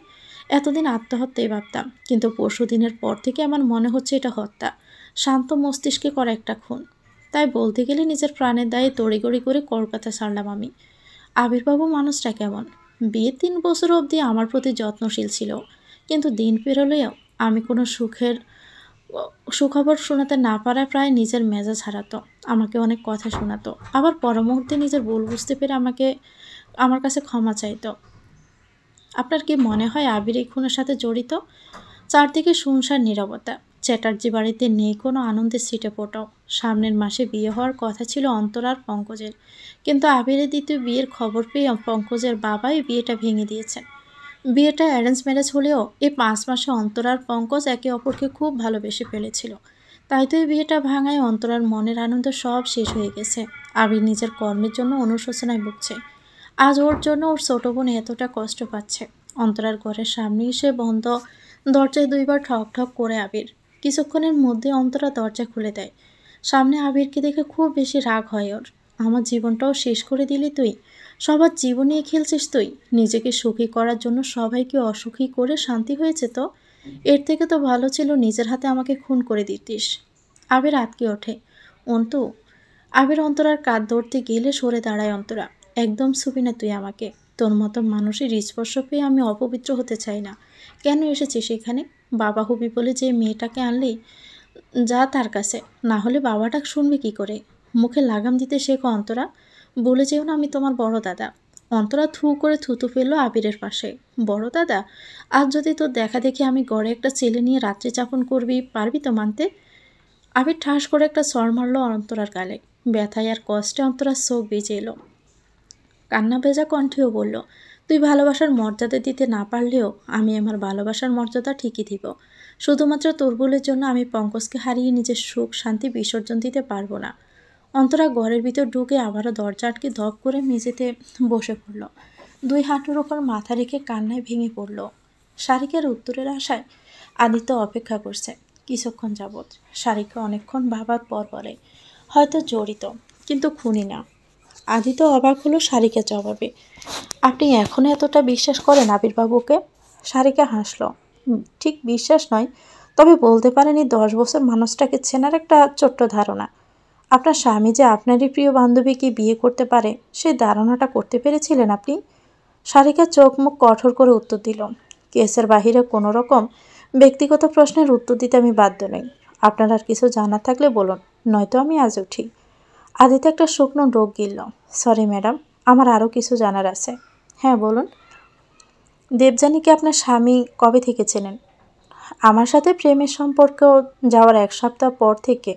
তবুও ধরুন আনুমানিক 10 বছর। তখন কি ওদের দেখে মনে হয়েছিল যে ওরা আপনার সাথে চিট করতে পারে? শারিকা আদিত্যের কথা শুনে হাসলো শব্দ করে। তখন যদি মনে হতো তাহলে কি আর আমাদের সম্পর্ক আজ এত দূর এগোতো আদিত্যবাবু? আদিত্য ভড়কে গেল। দুধে উকিল হওয়ার সত্ত্বেও ও যেন শারিকাকে ভিত্তিহীন সব প্রশ্ন করে যাচ্ছে। তাই এবার নিজেকে সংযত করল। তখন কেমন সম্পর্ক ছিল আবির আর দেবযানীর? ভাই বোনের মতোই। দেবযানী তো আবিরকে দাদা বলেই ডাকত। এমনকি 1 বছর তো রাখিও পরিয়েছিল আবিরকেও। আদিত্য চোখটা বড় বড় করে তাকালো শারিকার দিকে। কী বলছেন আপনি? দেবযানী আবিরকে রাখি পরিয়েও ওকে বিয়ে করে নিল? আপনি একজন উকিল মানুষ, এরকম ঘটনা তো হামেশাই ঘটছে। সেখানে তো ওদের মধ্যে কোনো রক্তের সম্পর্ক নেই, তাই না? হ্যাঁ, সেটা অবশ্য শুনেছি। আচ্ছা শারিকা দেবী, আবিরবাবু যে খুন করতে পারে না এটা আপনি বললেন, তাহলে দেবযানী সম্পর্কে আপনার কী ধারণা? ও খুন করতে পারে? ওকে তো আপনি আরও বেশি ভালো করেই চিনেন। আমি জানি না। রুফনদার খুনটা শুধুই আমার ধারণা। এবার এটা সত্যি কি মিথ্যে সে প্রমাণ জোগাড় করতে হবে আপনাকেই। পোস্টমর্টম হয়েছিল? হ্যাঁ হয়েছিল। সেই রিপোর্টে এটা শুধুই আত্মহত্যা বলে অভিহিত করা হয়েছে। আচ্ছা ঠিক আছে শারিকা দেবী, আমার আর কিছুই জানার নেই। আমি কালই ডিভোর্সের অফিসিয়াল নোটিশের আবেদন করব। তারপরে একে একে সব রহস্য উদ্ঘাটন হবে। হ্যাঁ ধন্যবাদ। শারিকা ফোন লাগায় অবিককে। কিছুক্ষণের মধ্যে অবিক আর অহনা নেমে আসে ছাদ থেকে। অবিক নেমে আসলে শারিকা সোফা ছেড়ে ওঠে। এবার তাহলে আমরা আসি। আদিত্য বাদশাদের শারিকার যাওয়ায়। এবার আসি মানে? আমি খাবার অর্ডার দিয়েছি, কিছুক্ষণের মধ্যেই চলে আসবে। ডিনারটা এখান থেকে করে যাবেন। অবিক আরও কিছুক্ষণ অহনার সঙ্গে সময় কাটানোর সময় পাবে। বেবি খুশি হলেও শারিকার উত্তরে তার মন ভেঙেছে। শারিকা আদিত্যকে উদ্দেশ্য করে বলল, ছোটবেলা থেকে দেখে আসছি মা জেঠিমারা অন্তঃসত্ত্বা অবস্থায় সূর্য ডোবার পর বৌদিদের কোথাও যেতে দিত না। দিদিদের ক্ষেত্রেও সেটা হয়েছে। যদি এখন সন্ধ্যা হয়ে গেছে, তবু আমার বাড়ির বাইরে থাকাটা ঠিক হবে না। আদিত্য শারিকার চিন্তাধারায় অবাক হলো। আধুনিক উচ্চশিক্ষিত একটা মেয়ে এরকমটা ভাবতে পারে সেটা তার অজানা। তাই তো কোনো রকম রাগ ঢাক না দেখে জিজ্ঞেস করেই বসল, আপনি বিজ্ঞানের স্টুডেন্ট হয়েও এসব বিশ্বাস করেন? শারিকা গিয়ে অবিকের পাশে দাঁড়ালো। আদিত্যের উদ্দেশ্যেই বলল, যৌথ পরিবারে 25টা বছর কাটিয়েছি। এছাড়াও আমার শাশুড়ি মেয়ে এসব কথা খুব মানেন। এরপরে আর আদিত্যর কিছু বলার থাকে না। আচ্ছা ঠিক আছে, কি আর বলবো। তাহলে সাবধানে যাবেন। অবি, ধীরে ধীরে বাঘ চালাস। অবেক 3বার দরজায় শব্দ করে সারিকার ঘরে ঢোকে। সারিকা তখন নিজের জামা কাপড়গুলো গুছিয়ে গুছিয়ে আলমারিতে তুলছিল। অবিককে দেখে সারিকা ওকে বসতে বলে, কিছু বলবি? আবিরদা ফোন করেছিল। সারিকা থমকে দাঁড়ায় আলমারির কাছে, কৌতূহলী দৃষ্টিতে তাকায় অবিকের দিকে। কি বলেছিল? তোর ননদ অন্তরার বিয়েটা ভেঙে দিয়েছে ছেলের বাড়ির লোক। এসব ঘটনা শুনে আর অন্তরা নাকি খুব ভেঙে পড়েছে। কি? অন্তরার পঙ্কজের বিয়ে ভেঙে গেছে? হাতের বাস করা কাপড়গুলো বিছানায় রাখলো সারিকা। নিজের হ্যান্ডব্যাগ থেকে ফোনটা বার করে অন্তরার নাম্বার ডায়াল করতে গিয়েও থেমে যায় ও। বাড়ি থেকে বেরোনোর পরপরই ও সিম কার্ডটা নষ্ট করে ফেলেছে। ফোনটা আবারও ব্যাগে ঢুকিয়ে রাখে ও। অবি, তোর ফোনটা দে তো একবার। অবেক প্যান্টের পকেট থেকে ফোনটা বের করে সারিকাকে দেয়। সারিকা নিজের ফোন থেকে অন্তরার নাম্বারটা অবিকের ফোনে নিয়ে ডায়াল করে। শোন না ভাই, আমায় একটা নতুন সিম কার্ড এনে দিতে পারবি? অবেক বিছানা ছেড়ে উঠল। একটু পরে রাজুদা দোকান বন্ধ করে দিবে, আমি বরং গিয়ে সিমটা নিয়ে আসি। তুই ততক্ষণ তো ননদের সাথে কথা বল। অবেক চলে গেলে সারিকা দরজাটা ভিতর থেকে বন্ধ করে দেয়। এই সময় পদ্ম টিউশনে যায়, তাই এক প্রকার সুবিধাই হলো সারিকার। ঝটপটে ফোন লাগায় অন্তরাকে। প্রথমবার রিং হওয়ায় কেটে গেলেও দ্বিতীয়বার ফোন রিসিভ করেও। হ্যালো, কে বলছেন? অন্তু, আমি তোর বৌদি। সারিকা স্পষ্ট শুনতে পেলেও ফোনের অপর প্রান্ত থেকে অন্তরার কান্নার শব্দ। আমি পঙ্কজকে ছাড়া বাঁচবো না বৌদি। 5 মাস ধরে একসাথে সংসার করার স্বপ্ন দেখছি আমরা দুজনে, সেখানে ওকে ছাড়া আমি থাকবো কি করে বৌদি? এই মুহূর্তে সারিকা ঠিক কী বলা উচিত ও বুঝতে পারছে না। অন্তরাকে সান্ত্বনা দেওয়ার কোনো ভাষা ওর কাছে নেই। কেঁদো না অন্তু, উপরওয়ালা যদি লিখে রাখেন তাহলে পঙ্কজের সাথে তোমার বিয়ে হবে, কেউ আটকাতে পারবে না। সময় দাও, একটু অপেক্ষা করো, এই খারাপ সময় ঠিক কেটে যাবে। তুমি কেন আমাকে আর মাকে না বলে চলে গেলে বৌদি? তোমার কথা আমার খুব মনে পড়ে। ঈশ্বরের ইচ্ছে থাকলে আমাদের আবার দেখা হবে অন্তু, তুমি নিজের খেয়াল রাখো। আমি তো আছি, তোমার পঙ্কজের সাথে বিয়ে হবে। ভালো থেকো, রাখছি হ্যাঁ। অন্তরা কিছু বলার আগে ফোনটা কেটে দিল সারিকা। নিজের যে সংসার সে পিছনে ফেলে এসেছে, সেই সংসারের প্রতি আর মায়া বাড়াতে চায় না ও। দরজায় ঠক ঠক শব্দ হলো। সারিকা গিয়ে দরজা খুলে পদ্মকে দেখতে পায়। পদ্ম ভিতরে ঢুকে ব্যাগটা কাঁধ থেকে নামিয়ে টেবিলে রেখে বিছানায় বসল। কিরে পদ্ম, আজ এত দেরি হলো ফিরতে? ক্লান্ত শরীরটা নিয়ে বিছানায় আধা শোয়া হয়ে বলতে লাগলো, আর বলো না পিসিমণি, অর্ধেক রাস্তায় এসে সাইকেলের চেনটা পড়ে গেল। তারপর তো বাকি রাস্তাটা হেঁটে হেঁটেই আসতে হয়েছে। সারিকা পদ্মের পাশে বসতে পদ্ম সারিকার কোলে মাথা দিয়ে শুল। সারিকা মৃদু হেসে পদ্মের চুলে বিলি কেটে দিতে লাগলো। একা এলি না, বন্ধুরা ছিল? বন্ধুরা ছিল, সবাই মিলে গল্প করতে করতে এসেছি বলে কিছু মনে হয়নি। এই পদ্ম, চুলে কতদিন তেল দিস না রে, চুলগুলো তো পুরো পাখির বাসা হয়ে গেছে। যা তেল নিয়ে আয়, লাগিয়ে দেই চুলে। পদ্ম খানিকক্ষণ ভাবল, কাল পরশু স্কুল ছুটি, তাই শর্ট করে উঠে তেল এনে সারিকার সামনে বসলো। রাতের খাবার খেতে বাড়ির ছেলেরা আর বাচ্চারা প্রথমে বসেছে। খেতে খেতে সারিকার বাবা সারিকার উদ্দেশ্য বলে, সারামা। সারিকা এগিয়ে এসে ওর বাবার পাশে দাঁড়ায়। হ্যাঁ বাবা বলো। জামাই তো অনেক দিন এ বাড়িতে আসেনি, তা কাল ডাক না জামাইকে। সারিকা ভীষণভাবে অপ্রস্তুতে পড়ল। অবিক খাওয়া থামিয়ে সারিকার দিকে তাকালো। আসার দিন নয় কথা গড়িয়ে দিয়েছিল, কিন্তু এখন কি বলবে তাই তো ভেবে পাচ্ছে না। সারা, তুই বলছিলি না আবির শিলিগুড়ি গেছে অফিসের কাজে, কাকাবাবুকে সেটা বলছিস না কেন? এবারও সারিকা সত্যটা লুকাতে সফল হলো ওর বড় বৌদির জন্য। তবে ও মনে মনে ঠিক করে নিল, আবির ডিভোর্স পেপারে সাইন করলেই বাড়িতে সবাইকে সবটা জানিয়ে দিবে। হ্যাঁ বাবা, ওর প্রচুর কাজের চাপ। এই তো সেদিন দিল্লি থেকে ফিরেই কাল আবার শিলিগুড়ি ছুটল। ও এখন আসতেই পারবে না। অঞ্জনা দেবী বিলাপ শুরু করলেন। জামাইকে সামনে বসিয়ে পাখার বাতাস করতে করতে, খাওয়ানোর সৌভাগ্য বোধ হয় আমার আর হবে না। সেবার দুর্গাপুজোয় যখন এলো তখন আমি অসুস্থ হয়ে পড়লাম, কিছুই করতে পারলাম না। এবারও কিছু হলো না। মায়ের কথা শুনে মনটা খারাপ হয়ে গেল সারিকার। মায়ের এই সারটা যে আর কোনো দিনও পূরণ করতে পারবে না, তা ভেবেই চোখে জল চলে এলো ওর। ডাইনিং রুম থেকে ছুটে বেরিয়ে গেল। সারিকার এভাবে চলে যাওয়াতে সবাই খুব অবাক হয়ে গেল। সারিকার বর্দা সোনালীকে বলল, ওর আবার কি হলো, যাও তো গিয়ে দেখে আসো তো।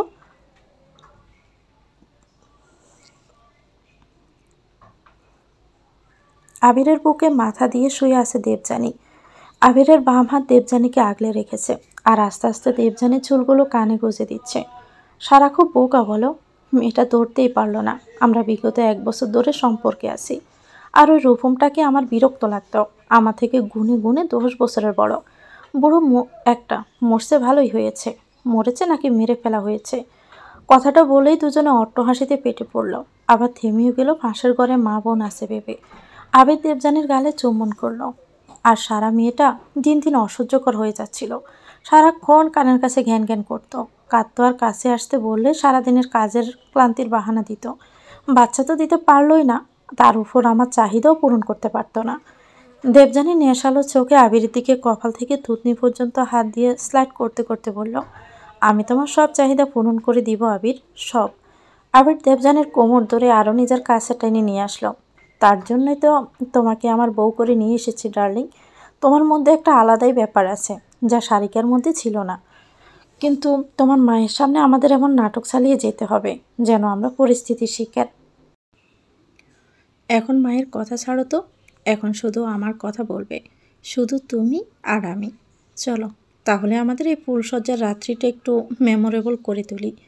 দেবযানী বাম হাত দিয়ে টেবিল ল্যাম্পের সুইচটা অফ করলো। বন্ধ দরজার ভিতরে দুজনে মেতে উঠল শারীরিক খেলায়। কোকিলের কুহুতানে সকাল হয়েছে অনেকক্ষণ আগে, সকাল গড়িয়ে দুপুর হয়েছে। দেবযানী আবির এখনও ঘুম থেকেই উঠেনি। অন্তরা এই প্রথম হাত পুড়িয়ে রান্না করেছে মায়ের জন্য। গায়ত্রী দেবী বসেছিলেন বসার ঘরের সোফায়। কলিং বেলের শব্দ শুনে দরজা খুলেন উনি। বলুন কাকে চাই? সামনে থাকা যুবকটি বলল, আবির চ্যাটার্জির নামে কুরিয়ার আছে, একটু অপেক্ষা করুন, আমি ওকে ডেকে দিচ্ছি। গায়ত্রী দেবী রান্না করে অন্তরার কাছে গেলেন। তো দাদাকে ডেকে দে তো, ওর নামে কী সব যেন এসেছে। অন্তরা গ্যাসের ফ্লেমটা কমিয়ে রান্নাঘর থেকে গিয়ে আবিরের দরজার সামনে দাঁড়ালো। দরজাটা ভিতর থেকে বন্ধ দেখেই ঠক ঠক শব্দ করল। ভিতর থেকে আবির গুম জড়ানো কণ্ঠে বলল, কে? আসছি। আবির চ্যাটার্জির নামে কুরিয়ার এসেছে। কথাটা বলে অন্তরা আবারও চলে যায়। আবির মিনিট পাঁচেক পর ঘর থেকে বেরিয়ে ডেলিভারি বয়ের থেকে খামটা নেয়। খামের উপরে অভিসারিকা চক্রবর্তী নামটা দেখে সে অবাক হয়ে যায়। তড়িঘড়ি করে সিটিটা খুলে চমকে ওঠে আবির। ততক্ষণে দেবযানী এসে দাঁড়িয়েছে ওর পাশে। কার সিটি আবির? আবির সিটিটা এগিয়ে দিল দেবযানীর দিকে। সারিকা আমাকে মিউচুয়াল ডিভোর্সের নোটিশ পাঠিয়েছে, উইথ হার সিগনেচার। গায়ত্রী দেবী তখন জল খাচ্ছিলেন। কথাটা শুনে তার হাত থেকে গ্লাসটা পড়ে গেল। কাঁচ ভাঙার শব্দে অন্তরা ছুটে এলো রান্নাঘর থেকে। মাকে ভগ্ন হৃদয়ে সোফায় বসে থাকতে দেখে হাঁটু মুড়ে বসলো অন্তরা। কি হয়েছে মা? তোমাকে এমন দেখাচ্ছে কেন? হাউমাউ করে কেঁদে উঠলেন গায়ত্রী দেবী।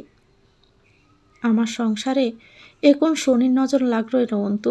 তিলে তিলে গড়ে তোলা আমার স্বাদের সংসারটা এভাবে ভেঙে যেতে বসেছে। আমি কিচ্ছু করতে পারছি না অন্তরা।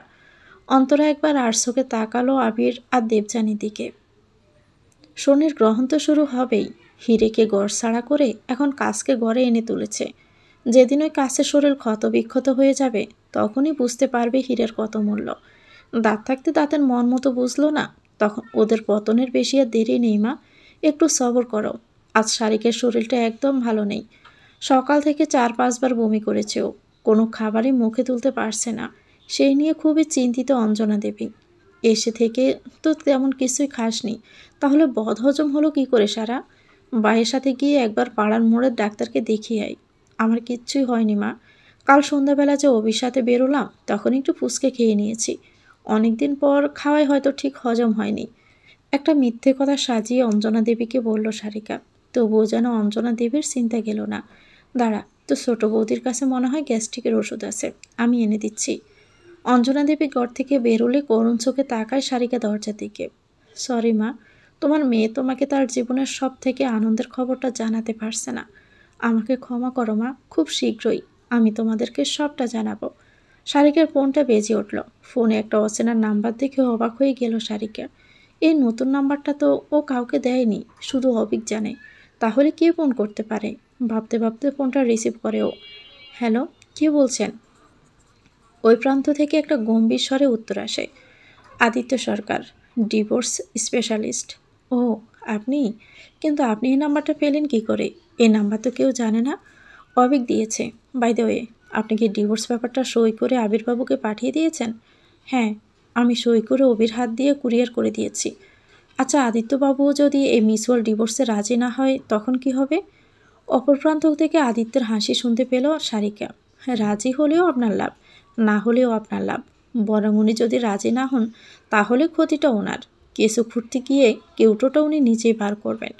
কখন যে খাল কেটে উনি নিজেই কুমিরকে ডেকে এনেছেন ধরতেই পারবেন না। মানে মানে উনি যদি কেস করেন তাহলে উনি নিজেই ফাঁসবেন। রুফুম গুহর মৃত্যুটা সেক্ষেত্রে আমাদের হাতিয়ার হবে। আমি ইতিমধ্যে সেই হসপিটালে যোগাযোগ করেছি যেখানে রুফুম বাবুর পোস্টমর্টম হয়েছিল। সারিকা তৎপরতার সঙ্গে জিজ্ঞেস করল, কিছু কি জানতে পেরেছেন? না, এখনও কিছু জানতে পারিনি, তবে ডক্টর আমাকে খুব শীঘ্রই পোস্টমর্টম রিপোর্টের কপিটা বলেছেন পাঠাবেন। তাহলে ডিভোর্সটা পেয়ে আমি একটা মুক্ত জীবনযাপন করতে পারবো বলছেন? অবশ্যই পারবেন ম্যাডাম। আপনি আপনার সন্তানকে নিয়ে একটা সুখকর জীবন কাটাতে পারবেন। তার ব্যবস্থা আমি করে দিব। ধন্যবাদ, এখন রাখি তাহলে। সারিকা ফোনটা কেটে দিয়ে আলমারি থেকে একটা ছবি বার করলাম, যেটা আবিরের সাথে ওর সম্পর্ক শুরু হওয়ার প্রথম প্রথম তোলা একটা ছবি। সযত্নে হাত বোলালো ছবিটার উপরও। আমাদের জীবন তো এমন হওয়ার কথা ছিল না আবির, কেন আমার সাথে এরকমটা করলে? এই সময়টা আমাদের জীবনের সব থেকে আনন্দের মুহূর্ত হওয়ার কথা ছিল। আর কয়েকটা মাস পরেই আমি তোমার সন্তানকে পৃথিবীতে আনব। একটা ছোট্ট প্রাণ বেড়ে উঠছে আমার মধ্যে, যে তোমার অংশ, কিন্তু তার উপরে কোনো অধিকার তোমার থাকবে না আবির।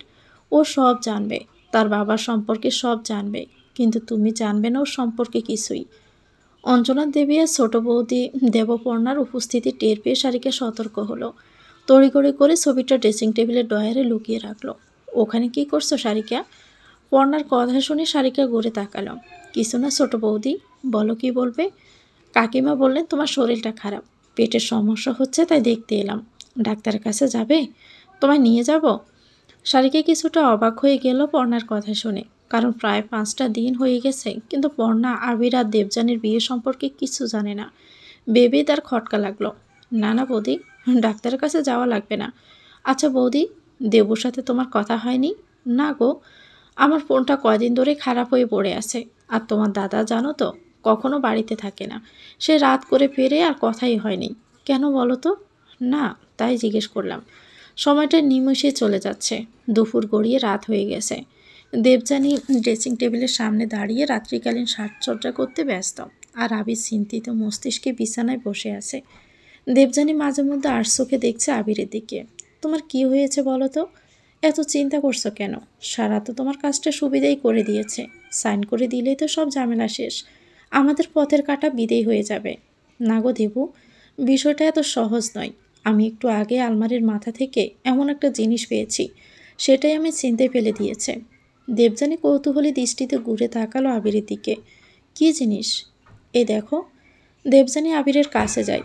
আবিরের হাতের মুঠো খুলতেই দেবযানী বুঝতে পারে আবিরের চিন্তার কারণ, সাথে ভয় পায় নিজেও। এটা কার? সারিকার? কিন্তু ডক্টর তো বলেছিল। আমি জানি না দেবু, এই রুমে সারিকা তুমি ছাড়া কেউ থাকে না। তর্কর খাতিরে যদি ধরিয়ে নেই অন্তরে এই রুমে আসে, কিন্তু এটা ওর হওয়াটা অসম্ভব। তাহলে পড়ে রইল সারিকা তুমি। এই 1 মিনিট, এটা তোমার নয় তো? সেদিন ওই রাতের ফলে আনন্দের কথা হারিয়ে যায় আবির, কিন্তু মুহূর্তে দেবযানীর কথায় সে আনন্দে ফিকে হয়ে যায় ওর। এটা আমার কি করে হবে আবির? আমরা তো প্রত্যেকবারে প্রোটেকশন নিয়ে যা করার করেছি। আবার চিন্তিত হয়ে ওঠে আবির দেবযানীর কথা শুনে। এই মুহূর্তে ওর ঠিক কী করা উচিত ও বুঝে উঠতে পারছে না। তাহলে কি সারিকা প্রেগনেন্ট? এটা কি ওরই প্রেগনেন্সির টেস্ট কিট, যেটা দুটো লাল দাগ স্পষ্ট? দেবযানীর মুখের রং পাল্টে যায়। এবার যদি বাবা হওয়ার আনন্দে আবির ওকে অস্বীকার করে, যদি সারিকাকে ফিরিয়ে এনে ওকে তাড়িয়ে দেয়, না, এটা আমি হতে দিব না।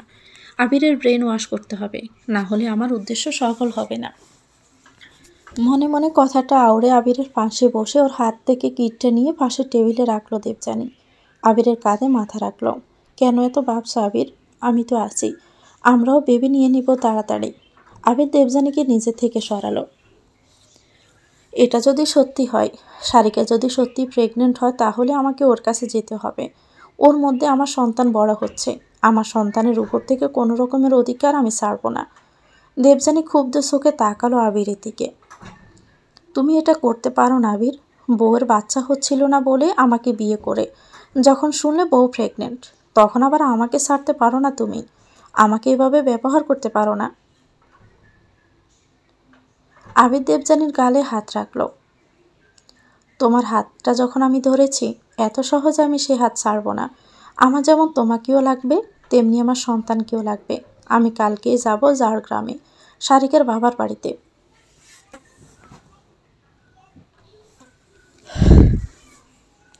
চক্রবর্তী বাড়ির রেওয়াজ অনুযায়ী বাড়ির বউরা ভোর 5টার পর আর ঘুমাতে পারে না। আর এটাই একটা রুটিন বানিয়ে নিয়েছে বাড়ির 2 জেনারেশনের 6 বৌমা। ঘর পরিষ্কার, ঘর মোছা, ভগবানকে সেবা দেওয়া, সবার কাজই ভাগ করা আছে। বাড়ির উঠোন পরিষ্কারের দায়িত্ব থাকে সোনালি। কাজ শেষ করে যখন বাড়ির মূল দরজা খুলে চমকে ওঠে সোনালি। এত সকালে আবিরকে দেখে যেমন অবাক হয়, তেমনি রেগেও যায় খুব। তুমি তুমি কেন এসেছো এখানে? এ বাড়িতে তোমার কোনো জায়গা নেই। সোনালি আবিরের মুখের উপর দরজা বন্ধ করতে গেলে সেখানে চলে আসেন অঞ্জনা দেবী। জামাইকে দেখে খুব খুশি হন উনি। জামাই, তুমি এসেছো? এসো এসো, ভিতরে এসো। অনিচ্ছা সত্ত্বেও আবিরকে বাড়িতে ঢুকতে দিতে বাধ্য হলো সোনালি। আবির অঞ্জনা দেবীকে প্রণাম করলো। বাবা, সারা যে বলল তুমি অফিসের কাজে শিলিগুড়ি না কোথায় গিয়েছ? আবিরের একটু খটকা লাগলো। পর মুহূর্তেই ভাবলো সারিকে এখনও বাড়ির কাউকে কিচ্ছু জানায়নি, তাহলেও সুবিধাই হলো। হ্যাঁ মা, গিয়েছিলাম তো, আজকে সকালেই ফিরলাম। এয়ারপোর্ট থেকে সোজা এখানে চলে এলাম। ভালোই করেছো বাবা, চলো ভিতরে চলো। অঞ্জনা দেবী আবিরকে বাড়ির ভিতরে নিয়ে গেল। সোনালি আর দেরি না করে সারিকাকে ডাকার উদ্দেশ্যে চলে গেল। বসার ঘরে সোফায় বসে চা খাচ্ছে আবির, আর ওকে ভিড় করে দাঁড়িয়ে আছে বাড়ির গিন্নিরা। তোমার মা বোন কেমন আছেন বাবা? সবাই ভালো আছে। বড় জেঠিমা, আপনারা সবাই ভালো আছেন তো? হ্যাঁ বাবা, আমরা ভালোই আছি। আবির এদিক ওদিক শুধু সারিকাকে খুঁজে চলেছে। অবশেষে সারিকাকে দেখতে না পেয়ে আমতা আমতা করে জিজ্ঞেস করেই ফেলল, মা, আপনার মেয়েকে দেখছি না তো, এখনও কি ঘুম থেকে ওঠেনি? আসলে কাল থেকেও শরীরটা একটু খারাপ, অনেকবার বমি করেছে, তাই হয়তো ঘুমোচ্ছে এখনও। মেজ বৌমা, যাও তো, সারাকে ডেকে নিয়ে আসো। কাউকে ডাকতে যেতে হবে না, আমি এসে গেছি। বসার ঘরের দরজায় গম্ভীরভাবে দাঁড়িয়ে আছে সারিকা। সারিকার ভাবভঙ্গি দেখে একটু ভয় পেয়ে গেল আবির।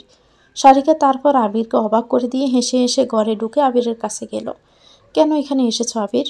গাছের খেয়ে আবার তলার কুড়াতেও এসেছো? লজ্জা করলো না একবারও এ বাড়ির চৌকাটে পা রাখতে? সারিকার কথা শুনে খুব রেগে গেল অঞ্জনা দেবী। এগুলো কী ধরনের কথা সারিকা? জামাইয়ের সাথে তুই এমনভাবে কেন কথা বলছিস? সারিকের ভিতরের কষ্টটা বেরিয়ে এলো রাগ হয়ে। চিৎকার করে উঠল, কে ঢুকতে দিয়েছে একে এ বাড়িতে? ওকে এক্ষুনি বের করে দাও এই বাড়ি থেকে। অঞ্জনা দেবী খুব জোরে সর মারলেন সারিকার গালে। সারিকার গালে হাত দিয়ে কেঁদে উঠল। এই বেইমানটার জন্য তুমি আমাকে মারলে মা? কাকে বেইমান বলছো তুমি সারিকা? ও তোমার স্বামী হয়। স্বামী? স্বামী শব্দের অর্থ তুমি জানো? জানো মা, তোমার মেয়ে তোমার বাড়িতে ঘুরতে আসেনি, বরাবর মতো সংসারের পাট চুকিয়ে চলে এসেছে। কেন জানো? তোমাদের আদরের জামাই মিস্টার আবির চ্যাটার্জি বিয়ে করেছেন। কাকে জানো? আমার প্রাণপ্রিয় বন্ধু দেবযানী বাদরি গ্রহকে। এরা দুজন মিলে আমাকে ঠকিয়েছে মা, তোমার মেয়েকে ঠকিয়েছে। বসার ঘরে এখন শুধুই নীরবতা। পরিষ্কার আকাশে বজ্রপাত হলে যেমন হয় ঠিক তেমনি সবার অবস্থা এখন। অঞ্জনা দেবী সারিকার কাঁধ ধরে জাগালেন। তুই কি বলছিস নিজে শুনতে পাচ্ছিস সারা? সারিকার চোখের জলটা মুছল। বড় বৌদি, মেজ বৌদি, ছোট বৌদি, দাদাদের ডেকে আনো এখানে, অবিকেও ডাকবে। আবির যখন এখানে এসেই পড়েছে, এখানেই ওকে বুঝিয়ে দিব বেইমানি করার ফল। বাড়ির বউরা তাদের স্বামীদের ডাকার উদ্দেশ্যে চলে গেল। সারিকা আবিরের মুখোমুখি দাঁড়ালো। তোমাকে আসতে বারণ করেছিলাম আমি, বলেছিলাম আমার দাদারা কখনোই তাদের বোনের কষ্ট নীরবে সহ্য করবে না। আবির এতক্ষণ চুপ করে থাকলো, এবার মুখ খুলল। তুমি এখনও লিগেলি আমার ওয়াইফ, আর তোমার গর্বে আমার সন্তান বড় হচ্ছে, তার উপর সমস্ত অধিকার আছে আমার। আমি তার উপর অধিকার ছাড়ব না সারিকা। সারিকা চমকে উঠল। নিজের পেটে হাত রেখে আবিরি থেকে দূরত্ব বজায় রাখলেও একটা অজানা আতঙ্কে কেঁপে উঠল ওর মাতৃবোন। না, ওকে আমি দিব না। ও তোমার কেউ না, ও শুধু আমার, শুধুই আমার। ওর উপর কোনো আঘাত আমি হানতে দিব না তোমাকে। ওকে ছুঁতেও পারবে না তুমি। চলে যাও তুমি এখান থেকে, চলে যাও। সকাল সকাল দুর্বল শরীরে চিৎকার করার জন্য হঠাৎ মাথাটা ঘুরে যায় সারিকার। টলে পড়ে যেতে গেলে পেছন থেকে অবিক এসে ওকে ধরে ফেলে। চর্দি, আয় বস, বস এখানে। অবিক সারিকাকে দৌড়ে চেয়ারে বসায়। এত উত্তেজিত হোস না চর্দি, এটা তো শরীরের পক্ষে ভালো নয়। সারিকার 3 দাদাও এসে উপস্থিত হয়েছে বসার ঘরে। সারিকার চোর দেওয়া সৌভিক সারিকার সামনে এসে দাঁড়ায়। কি শুনলাম সারা? আবির আর আমার শালিকে দেবযানীকে বিয়ে করেছে? সারিকা শুধু মাথা নাড়ে। সৌভিক উঠে সরাসরি গিয়ে আবিরের জামার কলার চেপে ধরে। তো সাহস হলো কি করে আমার বোনের সাথে এত বড় অন্যায় করার? ও তো তোকে ভালোবেসে আমাদের সবার ভালোবাসা উপেক্ষা করে চলে গিয়েছিল, সেই তুই কি না ওকে ঠকালি? আমি তোকে পুলিশে দিব আবির। মেজদা, এক্ষুনি থানায় ফোন করো। আবির সৌভিক থেকে নিজেকে ছাড়ানোর প্রাণপণ চেষ্টা চালিয়ে যাচ্ছে। সারিকার বর্দা মানিক আবিরের উদ্দেশ্যে বলল, তোমার লজ্জা করলো না? এত বড় একটা অন্যায় করে আবার এই বাড়িতে এসেছ? মানুষের চামড়াও তো তোমার শরীরে আছে নাকি? আবির হাত জোড় করল মানিকের সামনে। আমি ভুল করেছি বর্দা, আমি আমার ভুল শুধরাতে এসেছি। আমি আমার সন্তান আর সারিকাকে ফিরিয়ে নিয়ে যেতে এসেছি। তুমি ভাবলে কি করে আবিরদা আমরা এত কিছুর পর সর্দিকে তোমার সাথে পাঠাবো? যেই জেনেছো সর্দি প্রেগনেন্ট অমনি তোমার মন ঘুরে গেল? মনে পড়লো তুমি ভুল করেছ? এত দরদ উতলে পড়েছে? চুপচাপ ডিভোর্স পেপারে সাইন করে পেপারটা পাঠিয়ে দিবে, না হলে তুমি কল্পনাও করতে পারছো না তোমার আর দেবযানীদের সাথে কি হতে চলেছে। আমি সারিকাকে না নিয়ে এখান থেকে কোথাও যাব না অবিক। আবিরের কথা শুনে ভীষণ রেগে যায় মানিক। প্রতীক, সৌভিক, অবিক আমার জুতো জোড়াটা নিয়ে আয় তো, এই বেটাকে জুতো পেটা করে বিদায় করব। বড় জোঠুর কথা শেষ হতে না হতেই পর্ণা 10 বছরের চেয়ে 2 জোড়া জুতো নিয়ে হাজির হয়। সেগুলো দেখে চোখ কপালে উঠে যায় আবিরের। এই মুহূর্তে শুধুও পালানো রাস্তা খুঁজছে। দরজার দিকে তাকাতেই দেখলো দরজা বন্ধ। হঠাৎ একজোড়া জুতো ছুঁড়ে এলো আবিরের দিকে। আবির চোখ মুখ খিচে দাঁড়িয়ে রইল। ঘুম থেকে জিড়পিড়িয়ে উঠল আবির। তার মুখে বিন্দু বিন্দু ঘামের সৃষ্টি হয়েছে। হৃদস্পন্দন দ্রুত গতিতে হচ্ছে ওর। ঘামটা হাতের উল্টো পিছন দিয়ে মুছে নিল। এতক্ষণ তাহলে আমি স্বপ্ন দেখছিলাম? উফ, কি যে ভয়ঙ্কর স্বপ্ন। বিছানার অপর পাশে তাকিয়ে দেখলো দেবযানী এখনও ঘুমাচ্ছে। টেবিল থেকে ফোনটা নিয়ে সময় দেখলো আবির। ভোর 5:17। গলা শুকিয়ে এলো আবিরের। একটা শুকনো ডোক গিলে হাঁপ ছাড়লো। শুনেছি ভোরের স্বপ্ন নাকি সত্যি হয়। তাহলে আমি যদি আজ জড়গ্রাম যাই, তাহলে বাড়ির সবাই কি আমাকে জুতা পেটা করবে? আমার যাওয়াটা কি আদৌ ঠিক হবে?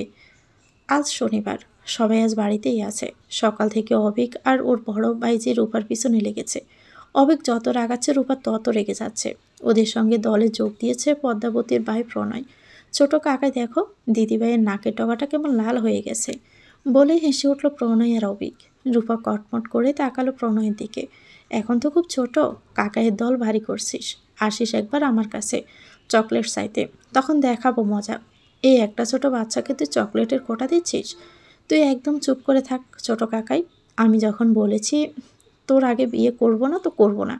এই 4 বছরের ছোট বড় কাকা বাইজির সম্পর্ক বড়ই মধুর। কাকার মতো শাসন, দাদার মতো আগলে রাখা, আর বন্ধুর মতন বিপদে আপদে পাশে থাকা সবটাই পায় রূপা অবিকের থেকে। 22 বছরের রূপার এখন একটাই মত, সে 26 বছর বয়সী কাকার আগে কোনো মতে বিয়ে করবে না। সে নিয়ে অবিককে রাখাচ্ছে। কিন্তু রূপু, আমি তো শুনলাম বড়দার বড় বৌদি তোর জন্য ছেলে দেখা শুরু করে দিয়েছে। ওদের ঝগড়ার মাঝে শারিকে এসে বসলো ওদের কাছে, উঠোনে রাখা একটা চেয়ারে। কি ব্যাপার রূপা পড়ি, সকাল সকাল কাকাইয়ের সাথে কী নিয়ে ঝগড়া লেগেছে? রূপা নিজের চেয়ারটা টেনে শারিকের কাছে সরে এলো। দেখো না ছোট পিসি, ছোট কাকাই বলেছে আমার জন্য নাকি মা বাবা ছেলে দেখছে। কিন্তু আমি তোকে বলে দিচ্ছি, ওই অহনাদিকে এ বাড়িতে না এনে আমি এ বাড়ি থেকে যাব না। শারিকা অবাক হলো রূপার মুখে অহনা নাম শুনে। অহনাকে তুই চিনিস? চিনব না কেন, আমার ডিপার্টমেন্টের সিনিয়র অহনা। আর সেটা কাকাই না জেনেই প্রেম করেছে। জানিস ছোট পিসি, আমি রিসেন্ট জানতে পেরেছি বিষয়টা, আমাকে বলেইনি কাকাই। শারিকা রূপার কাছে গিয়ে খুব আস্তে করে বলল, কাকাইয়ের না হয় অহনা আছে, কিন্তু আমার রূপা বুড়িরও কি কেউ আছে? প্রেম করছে নাকি সে? রূপা কিছু বলতে যাবে, তার আগে বাড়ির মূল দরজা ঠক ঠক আওয়াজ হলো। অবিক দরজা খোলার জন্য এগুলে প্রতীক এসে বাধা দেয়। তুই বস, আমি দেখছি। অবিক গিয়ে দরজা খুলে একজন পিয়নকে দেখতে পায়। প্রতীক তার উদ্দেশ্যে বলে, হ্যাঁ বলুন কাকে চাই। পিয়ন নিজের কাঁধে ঝোলানো ব্যাগ থেকে খুঁজে খুঁজে একটা চিঠি বার করে। এখানে অবিসারিকা চ্যাটার্জি থাকেন? প্রতীক একবার শারিকের দিকে তাকায়। শারিকাও নিজের নাম শুনে অবাক হয়েছে কিছুটা। কিছু একটা আন্দাজ করে চেয়ার ছেড়ে তৎক্ষণাৎই উঠে যায় দরজার দিকে। আমি অভিসারিকা চ্যাটার্জি। পিয়ন চিঠিটা শারিকার হাতে দেয়। আদালত থেকে চিঠি এসেছে, এখানটায় সই করে দিন। শারিকা একবার প্রতীকের দিকে তাকায়, তারপর সই করে দিল। পিয়ন চলে যেতে শারিকা প্রতীককে এড়িয়ে চলে যেতে গেলে প্রতীক বাধা দেয়। দাঁড়া শারিকা। শারিকা থমকে দাঁড়ায়। প্রতীক এসে ওর সামনে দাঁড়ায়। কিসের চিঠি এটা? অভিক পরিস্থিতি সামাল দিতে উঠে আসে ওদের কাছে। স্যার না মেজদা, ওর কোনো পার্সোনাল চিঠি হবে হয়তো। তুই একটাও কথা বলবি না অভিক, আমি স্পষ্ট দেখেছি খামের উপর ডিভোর্স শব্দটা। দেখামটা এক প্রকার শারিকের হাত থেকে ছিনিয়ে নেয় প্রতীক। চিঠিটা খুলে পড়তে শুরু করে ও। সবটা পড়ার পর কৌতূহলী চোখে তাকায় শারিকার দিকে। এসব কি সারা? তোর ডিভোর্স প্রত্যাখ্যান করে আবির বিপক্ষে কেস করেছে, তুই আবিরকে ডিভোর্স কেন দিচ্ছিস? কি হয়েছে সারা, বল আমাকে, সবটা খুলে বল। তো ভিউয়ার্স, গল্পটির নাম হচ্ছে অন্তর্দহন, লিখেছেন পুলকিতা পোড়েল। এটা গল্পের প্রথম অংশ। পরবর্তী অংশ পেতে চ্যানেলটিকে সাবস্ক্রাইব করে আমাদের সাথে থাকবেন।